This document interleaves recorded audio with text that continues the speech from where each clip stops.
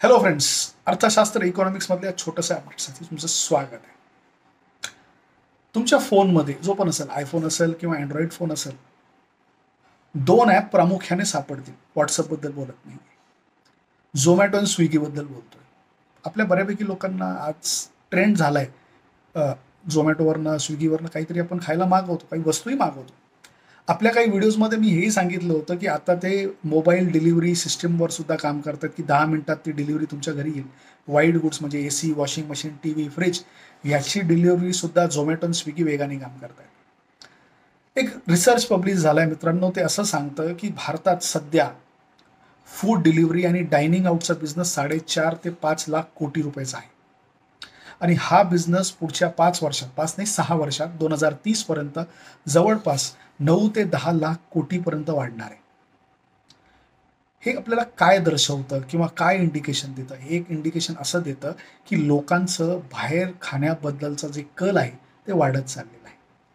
हे तर आपल्याला सहज दिसतं, हे लॉजिकल आहेच. कुणीही जर बघितलं, आज सॅटर्डे संडेला कुठल्याही हॉटेलमध्ये जा, कमीत कमी 15 मिनिटं ते 1 तासापर्यंत वेटिंग कमीत कमी तुम्हाला सापडणारच.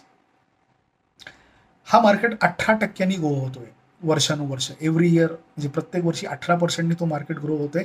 त्याच्यात ऑनलाईन डिलिव्हरी, जे फूड डिलिव्हरी आहे, त्याचं मार्केट 20% ग्रो होत आहे दरवर्षी. गोष्ट इथं थांबत नाही, अजिबात थांबत नाही.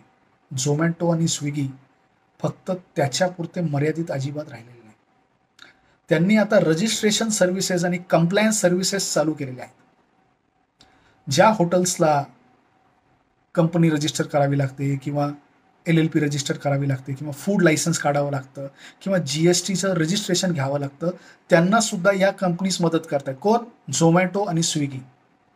हायरिंग सर्व्हिसेस त्यालाही मदत करतात. म्हणजे तुमच्याकडे कुक नाही, तुमच्याकडे वेटर कमी पडतायत, सपोर्ट सर्व्हिसेस कमी पडतायत किंवा तुम्हाला टेक्नॉलॉजी कमी पडते, ते सॉफ्टवेअर सुद्धा द्यायचा प्रयत्न करतायत.